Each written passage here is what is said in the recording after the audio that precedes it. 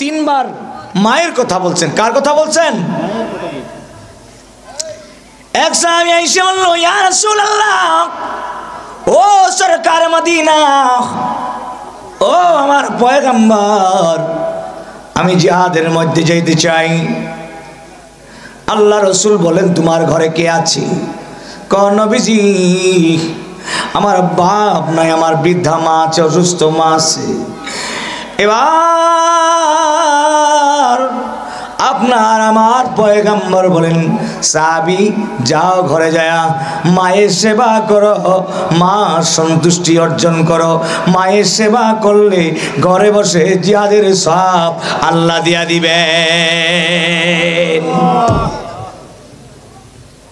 খারাপ লাগতেছে? বাপ মা। এক সাহাবী এসে বলল, ইয়া রাসূলুল্লাহ, সন্তানের উপরে বাপ মার কি হক? নবী বলেন, কালাহুমা জান্নাতুকা ওয়া নারুকা, বাপ মা হলো তোমার জান্নাত আর বাপ মা হলো জাহান্নাম। বাপ মা সন্তুষ্টি থাকলে তুমি আল্লাহর জান্নাতে যেতে পারবা, আর বাপ মা অসন্তুষ্টি হয়ে গেলে তোমার ঠিকানা জাহান্নামে হয়ে যাবে। সোজা আওয়াজ, বাঁকা আওয়াজ নাই। কবর খেদমতে মাতার পিতার কুক সুবহ শাম, তাকে বাসি দরদ আলম নেকুনাম। খেদমতে মা দার পেদার কুম ইখতিয়ার, তাকে বাসি মাল দৌলত বখতিয়ার।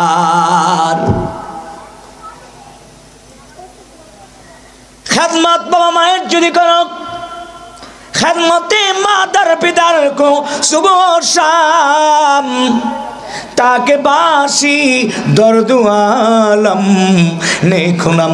সকাল সন্ধ্যা যদি বাবা মায়ের খেদমত করতে পারো, ও যুবক, ও আমার ভাইয়েরা, সকাল সন্ধ্যা যদি বাবা মায়ের খেদমত করতে পারো, বাবা মায়ের কথাগুলি শুনো, ও যুবক, দুনিয়ার জিন্দেগি তোমার সুন্দর হয়ে যাবে, পরকালের জিন্দেগি তোমার সুন্দর হয়ে যাবে। কোনো দিন অভাব হবে না, কোনো দিন অভাব হবে না। সুবহানাল্লাহ বলেন। তাকে বাসি দরদ আলম বখতিয়ার, খেদমতে মাদার পেদার কুম সুবহ শাম, তাকে বাসি দরদ আলম নেকুনাম। খেদমতে মাদার পেদার কুম ইখতিয়ার, তাকে বাসি মাল দৌলত মুখতিয়ার। বাপ মা যদি তোমার প্রতি সন্তুষ্ট হয়ে যায়, বাপ মা তোমার প্রতি যদি সন্তুষ্ট হয়ে যায়, দিল খুলে তোমার জন্য দোয়া করে, ও সন্তান, ও যুবক, জীবনে কোনো দিন তোমার অভাব হবে না। আল্লাহু আকবার বলেন।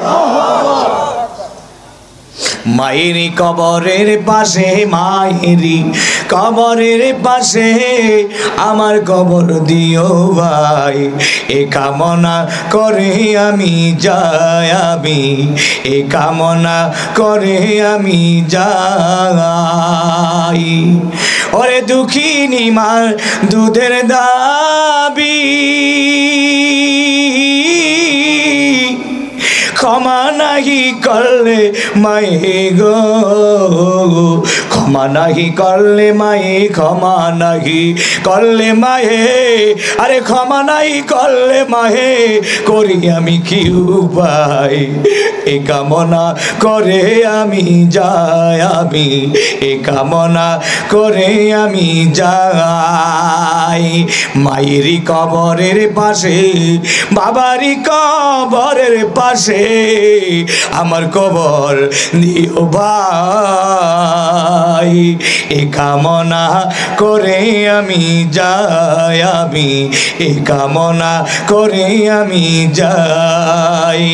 আরে দুঃখিনী মার দুধের দাবি আমি শুধু করিব কেমন করে, আরে ক্ষমা নাহি করলে মায়ে, আরে ক্ষমা নাহি করলে মায়ে, আমি করি কি উপায় এ কামনা করে আমি যাই আমি এ কামনা করে আমি যাই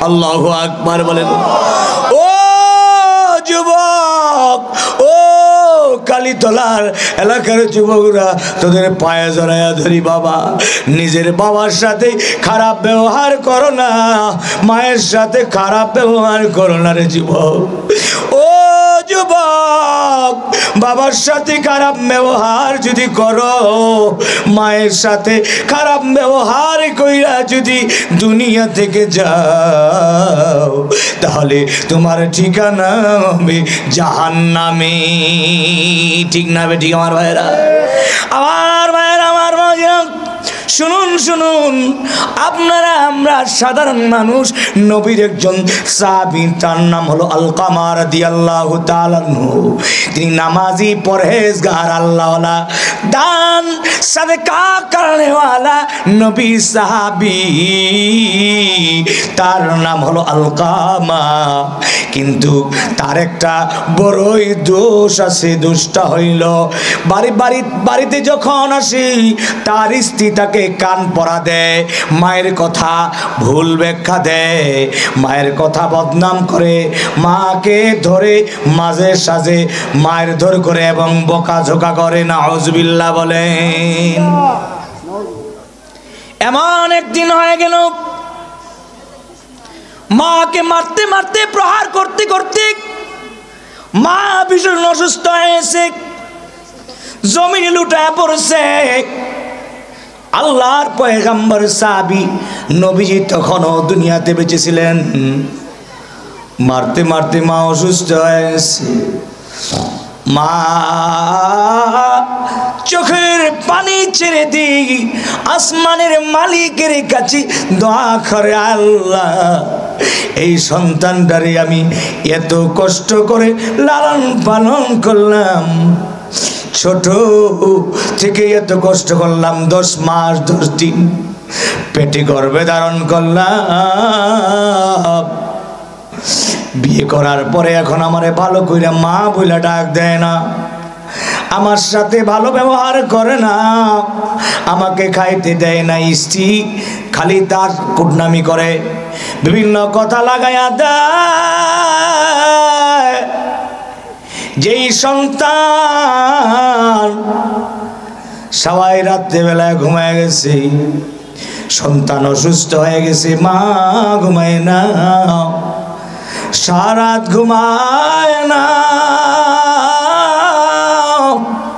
এই জন্য কবি বলেন মায়ের তার দুধের দাম কাটিয়া দেহের চাম পাপ বানাইলেও শোধ হবে না আরে এমন মারে আর তোমরা কষ্ট দিও না মায়ের তার দুধের দাম কাটিয়া দেহের চাম পাপ বানাইলেও শোধ হবে না এমন মারে এমন বাবারে আর কাঁদাইও না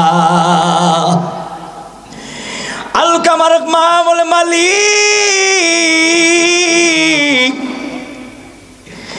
সন্তানের জন্য এমন দিন গেছে না খায়া নিজে বিভিন্ন জায়গা থেকে খাবার নিয়ে এসে সন্তানকে খাওয়াইছি সন্তান অসুস্থ হয়েছে রাত ভর ঘুমাই নাই 10 মাস 10 দিন পেটে ধারণ করে কত যন্ত্রণা খাইতে পারি নাই উঠতে পারি নাই ঠিক মতনে বসতে পারি নাই খেতে বসেছি আমার কলিজায় লাথি মারছে খানার প্লেট ফালাইয়া নিজের সন্তানের জন্য অস্থির আল্লাহ তাআলা বলেন ওয়াসাইনাল ইনসানা বিওয়ালিদাইহি হাসানান হামালাতুহু উম্মুহু কুর কুরহা ওয়া ওয়াদাতুহু কুরহা। ও যুবক, ও ভাইরা, ও বোনেরা, ও বাবারা, আল্লাহ তাআলা বলেন, ও দুনিয়ার মানুষেরা, যার ঘরে বাবা আছে, মা আছে, ওর ঘরে আল্লাহর রহমত আছে, আল্লাহর বরকত আছে। যার ঘরে মা নাই, যার ঘরে বাবা নাই, ওই ঘরে আল্লাহর রহমত নাই। ঠিক না বেটি আমার ভাইরা? ও যুবক, আল্লাহ তাআলা বলেন বাপ মার সাথে ভালো ব্যবহার করো। কেন করবা না, কেন করবা না? আল্লাহ তাআলা বলেন ووصينا الإنسان بوالديه إحسانا حملته أمه كرها ووضعته كرها। তোমার মা 10 মাস 10 দিন তোমারে গর্ভে ধারণ করছে। আরে গর্ভে ধারণের যে কষ্ট, আমরা বিয়ে করেছি, আমাদের সন্তান আছে, মায়ের যন্ত্রণা তো আমরা দেখি নাই, আমাদের স্ত্রীর যন্ত্রণা কষ্টগুলি আমরা দেখছি। আরে যখন সন্তান ভূমিষ্ঠ হবে, পাড়া প্রতিবেশীর কাছে বিদায় নেয়, বাবা মায়ের কাছে বিদায় নেয়, আত্মীয় স্বজনের কাছে বিদায় নেয়, শ্বশুর শাশুড়ির কাছ থেকে বিদায় নেয়। আমার ভাইরা স্বামীরে জড়াইয়া দেয়রা, বলে স্বামী, সন্তান হইয়া, সন্তান হওয়া অবস্থায় বহু মহিলা প্রসব অবস্থায় দুনিয়া থেকে বিদায় হইয়া যায়। আমি বাঁচতেও পারি, মরতেও পারি। ঠিক না বেঠি? মা সন্তানের প্রসব বেদনা, তাই কই বলেন কান্নাকে হাই আঁচলে ঢাকে, দুঃখকে হাই লুকিয়ে রাখে। আমারি মা, মা জননী আমারি সুখের ঠিকানা, কান্নাকে হাই আঁচলে ঢাকে, দুঃখকে হাই লুকিয়ে রাখে। আমারি মা, মা জননী আমারি সুখের ঠিকানা, আমারি মা, মা জননী। কান্দেন আজকে এখনই এমন আছে কারো বাবা, ও আশরাফ ভাই, তোমার তো বাবা নাই। আমার বিশাল ভাই বসে আসছে, বাবা মারা গেছে, আমি নিজে দোয়া করছি, এমন রোড এলাকার অনেক জ্বালাজা আমি পড়ছি, এমন একদিন হবে আমার মায়ের জ্বালাদা আমার মরাইতে হবে, আমার বাবার জ্বালাদা। ও যুব,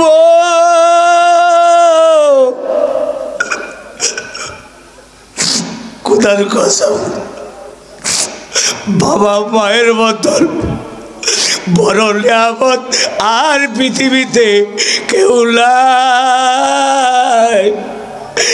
যারা জীবনে বাবার সাথে মায়ের সাথে খারাপ ব্যবহার করছো, খোদার কসম দিয়া বললাম, যত নামাজ পড়ো, রোজা করো, ইবাদত করো, বন্দি করো, চাইরা না কাজে আসবে না, চাইরা না।